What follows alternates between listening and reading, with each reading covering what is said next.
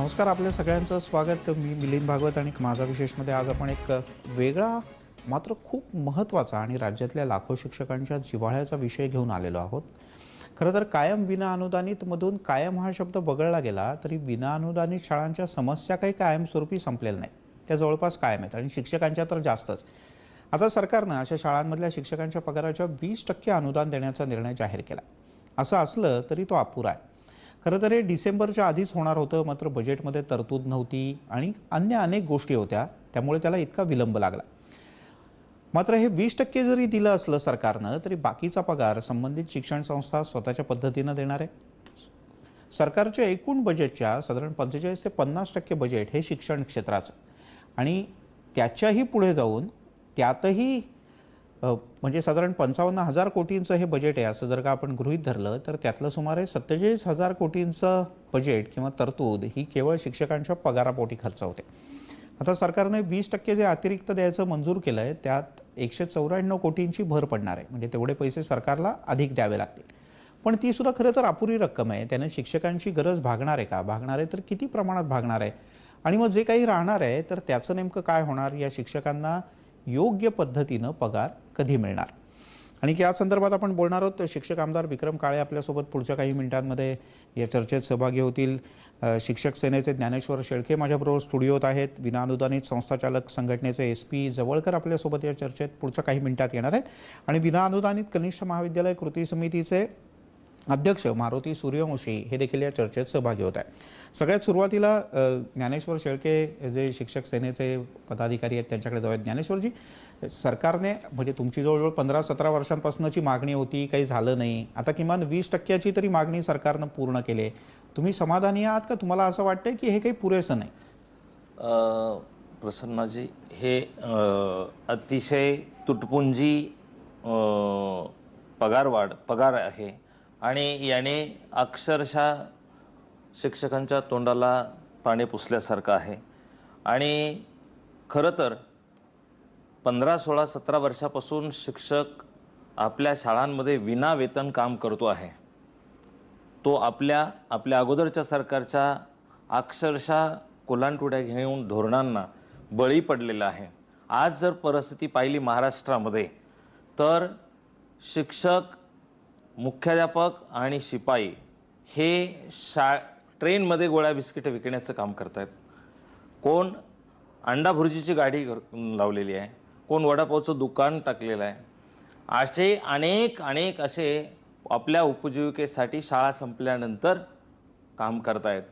खरं तर हे महाराष्ट्रासाठी भूषणावं नाही आहे.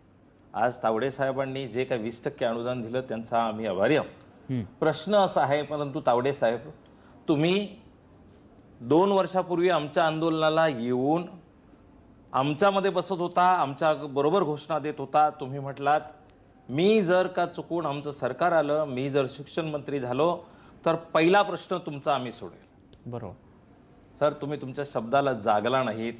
2 वर्ष झालं आम्ही आतापर्यंत 131वी आंदोलन केली. काही आंदोलनं मागच्याही सरकार केली. आम्ही म्हणत नाही सगळे तुमच्या केली. परंतु तावडे साहेब, हे आम्हाला जे तुम्ही देतायत आता हे अतिशय तुटपुंज आहे. विचार करा, जर आज 20%ने जर पगार जर 20 वर्षाने, 17 वर्षाने, 15 वर्षाने मिळत असतील तर एखाद्या कामगाराचा 8 दिवस, 1 महिना, 6 महिने, 1 वर्षभर पगार नाही झाला तर तो कसा घर चालवत असेल? थोडंसं अंतर्मनाने विचार करा. आपल्याबरोबर विक्रम काळे सुद्धा आहेत. आमदार काळेजी, काय नेमकं आता तुमची मागणी आहे? हे 20% आहे, हे पुरेसं आहे का? आणि जर का नसेल तर आणखीन किती किमान तरतूद तुम्हाला अपेक्षित आहे पुढच्या काही काळात? कारण आताही फक्त कॅबिनेटने मंजुरी दिली आहे, अजून त्याची बजेटरी प्रोव्हिजन नाही, त्यामुळे पुन्हा एकदा त्याच्या मंजुरीची आवश्यकता आहे.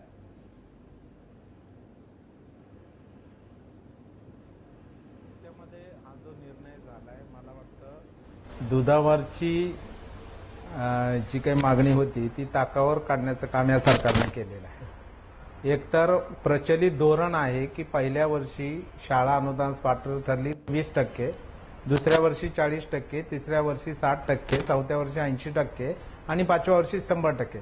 असं प्रचलित धोरण वर्षानुवर्ष सुरू आहे. ते धोरण आता मोडीत काढण्याचं काम या सरकारने केलेलं आहे आणि या वर्षीपासून आता 20% अनुदान देणार असं त्यांनी आज निर्णय घेतला. म्हणजे आता काही शाळांना 100% अनुदान मिळणार होतं, काही शाळांना 80% अनुदान मिळणार होतं, काही शाळांना 60% अनुदान आता ते मिळणार सरसकट होतं. 20% त्या मिळणार. शिक्षकांना आज 100% पगार मिळत असताना आज मात्र त्यांना 20% पगार घ्यावा लागणार आहे. म्हणजे हा अत्यंत दुर्दैवी निर्णय या सरकारनं घेतलेला आहे. त्याच्यामुळं आमची ही आणि दुसरी अजून एक मागणी जी त्यांची आहे, ज्या 2 मागण्यासाठी आंदोलन सुरू आहे, एक तर वेतनासाठी आर्थिक तरतूद करावी आणि दुसरी मागणी म्हणजे ज्या अघोषित शाळा आहेत, ज्यांचा प्रस्ताव शासन स्तरावर मंत्रालयात पोहोचून आज 4 महिने झाले, ज्याची फाईल सुद्धा आम्ही अधिकाऱ्यांनी विचारल्यावर ते सांगतात मंत्री महोदयाकडे पाठवलेली आहे. 4 महिने झालं पाठवून जर सही होत नसेल, स्वाक्षरी होत नसेल तर मग काय म्हणायचं. आणि मग हे लोक जे मागणी करतायत की त्याला तर काही वेतनाची तरतूदीसाठी पैसे लागणार नाहीत, त्यांचा फक्त शासन आदेश निर्गमित करायचा आहे. त्यामुळे त्याही शाळांचा शासन आदेश कधी निर्गमित करणार हेही विनोद तावडे साहेबांनी स्पष्ट केलेलं नाही आहे. म्हणून आपल्या माध्यमातून माझी विनोद तावडे साहेबांना विनंती आहे की ह्या ज्या शाळा तुमच्याकडे फाईल पाठवलेली आहे त्याच्यावर आपण स्वाक्षरी कधी करणार आणि त्या शाळा घोषित कधी करणार हा सुद्धा प्रश्न आपल्या माध्यमातून माननीय विनोद तावडे साहेबांना या ठिकाणी विचारू इच्छितो. आपल्याबरोबर मारुती सूर्यवंशी सुद्धा आहे. सूर्यवंशीजी, तुमची काय अपेक्षा आहे, तुमची काय मागणी आहे का तुम्ही तुर्तास समाधानी आहात की ठीक आहे 15-17 वर्ष तर काहीच पदरात पडत नव्हतं, आता किमान चला 20% तर पडतंय?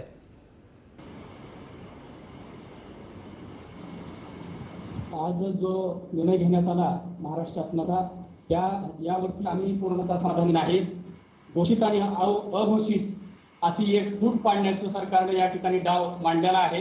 विशेषतः ज्या शाळा प्रचलित नियमानुसार टप्प्यानुसार 20, 40, 60, 80 ते 100% ज्या शाळेला अनुदान मिळायला पाहिजे होतं त्या शाळेला अनुदान न देता सरसकट जो काही 20%चा जो निर्णय शासनाने घेतलेला आहे तो चुकीचा आहे.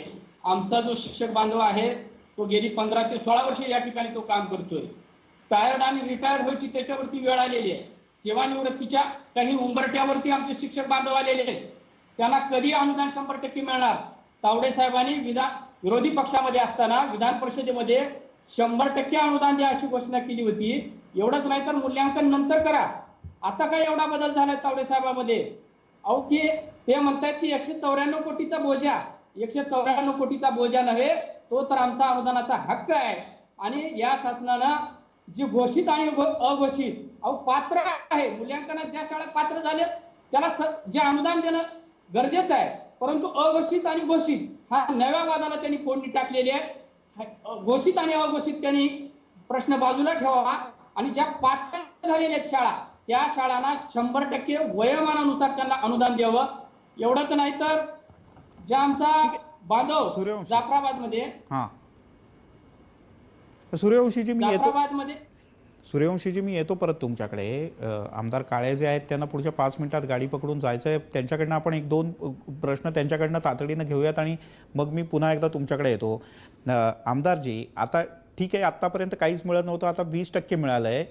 या 20%मध्ये या शिक्षकांचं किती अपेक्षा पूर्ती होणार आहे आणि जे काही मिळणार नाही आहे, समजा त्याच्याकरता सरकार म्हणते की आमच्याकडे पैशाची कमतरता आहे, बजेट आमच्याकडे नाही आहे, तर या सगळ्यातनं सरकार म्हणून त्यांच्या काही अडचणी आहेत, तर तुमचं काय म्हणणं आहे त्याबद्दल?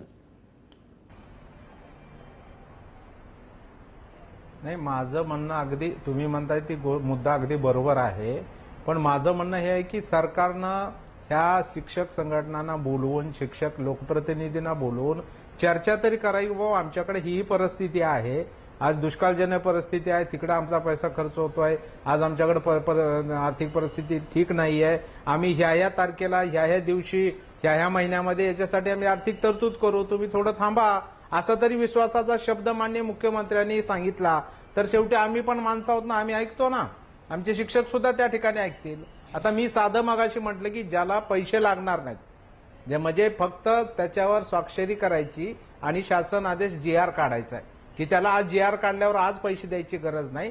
GR काढल्यानंतर तुम्ही येणाऱ्या अधिवेशनात तरतूद करू शकता, अर्थसंकल्पात तरतूद करू शकता, मग त्याच्यावर तुम्हाला स्वाक्षरी करा, काय अडचण आहे. तुम्ही का आदेश काढत नाहीत, का त्यांचा अंत पाहताय? आता आज सुद्धा हा निर्णय घेऊन आज उपोषण सुटलेला आहे का? आंदोलन मागे घेतलंय का लोकांनी? आंदोलन नाही मागे घेतलं. त्यांना आम्ही विनंती केली आंदोलन मागे घ्या. नाही, त्यांचं म्हणणं अघोषित ज्या शाळांचा GR काढायचा आहे त्याच्या बाबतीत मुख्य शिक्षण मंत्री महोदय काहीच बोललेले नाहीत.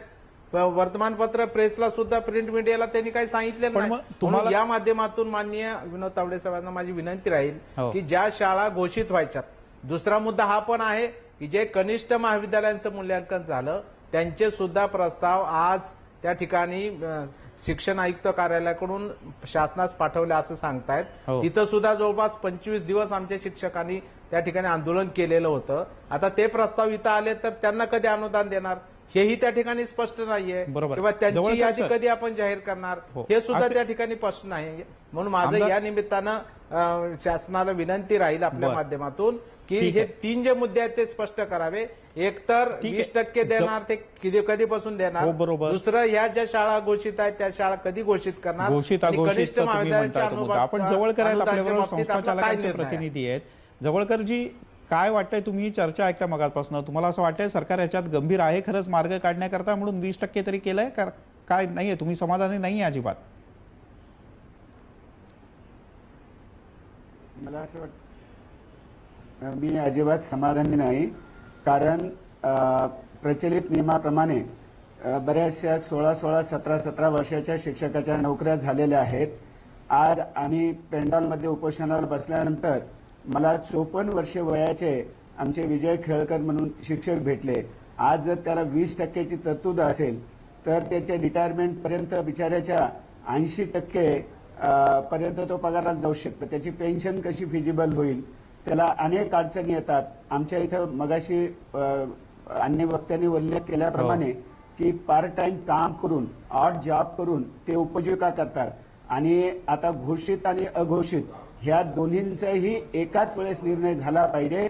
आणि 20-40 ज्यांना शासनाने लेखी पत्र दिलेले आहेत, शिक्षण अधिकाऱ्यामार्फत पत्र मिळाले आहेत की तुमची शाळा 80%ला पात्र आहे.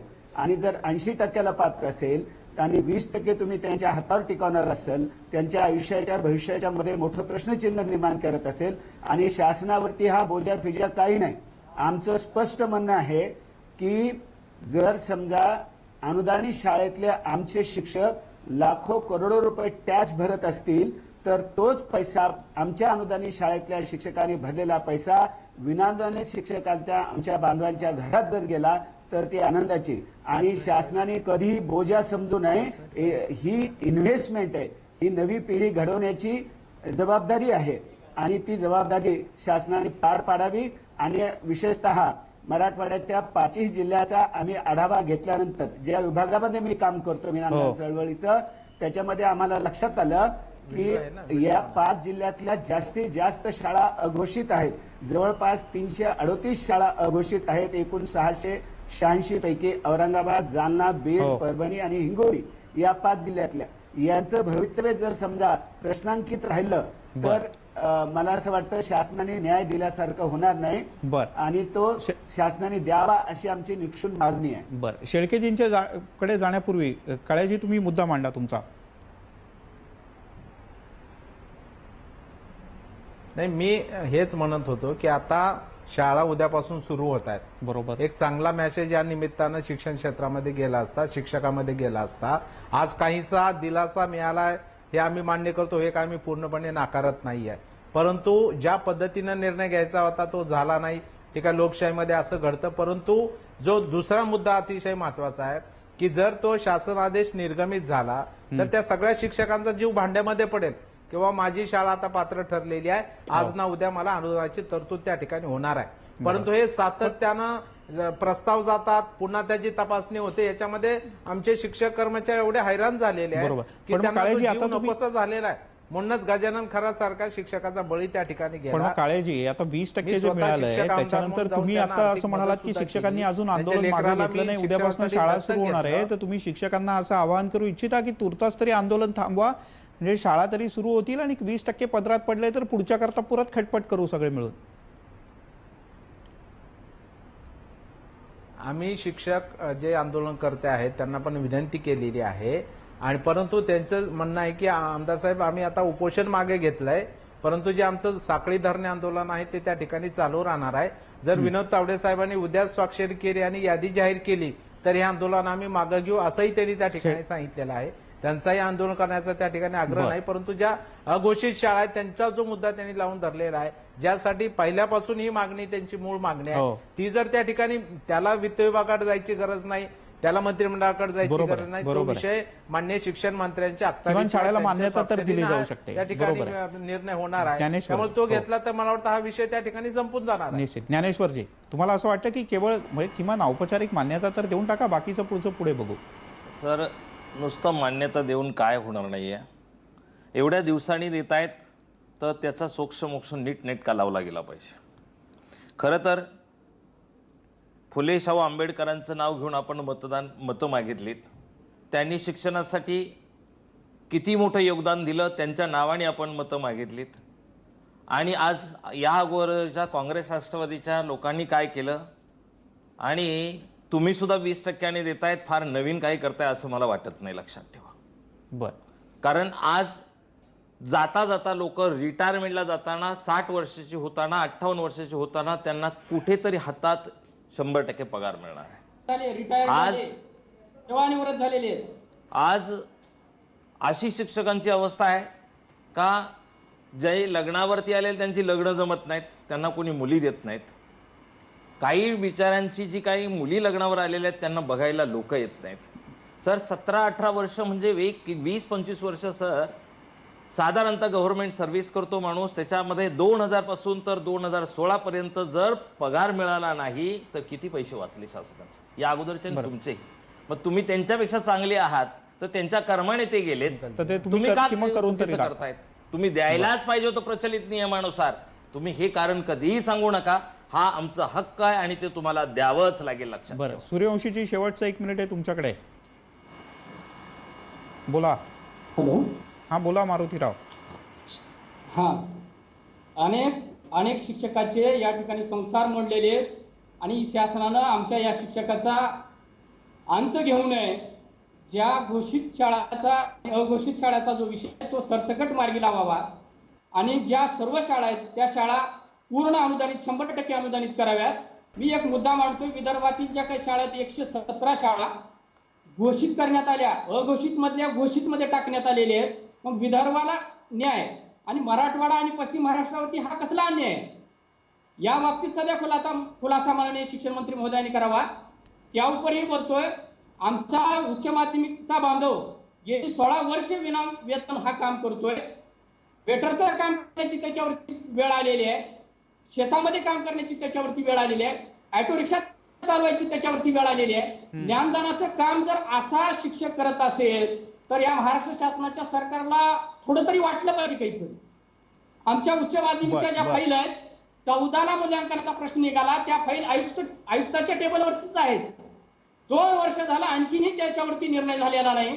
तात्काळ त्या फाईल मागून त्याच्यावरती निर्णय झाला पाहिजे. सरसकट 1 ते 12 शालेय शिक्षण मंत्री महोदय आहेत. 1 ते 12ला सरसकट 100% मारुतीराव, तुमचा मुद्दा लक्षात आला. तुमचं असं म्हणणं आहे की विदर्भ आणि अन्य राज्य याच्या अन्य भाग राज्यातले याच्यात सुद्धा काही प्रमाणात भेदभाव केला जातोय असं तुम्ही म्हटलंय. जवळकरजी, शेवटची 30 सेकंद आहेत. तुम्हाला असं वाटतं की पुढच्या काही दिवसात याच्यात काही पुढे मार्ग असू शकतो का? हा डेडलॉक संपवण्याकरता तुम्हाला आंदोलनाशिवाय पर्यायच नाही?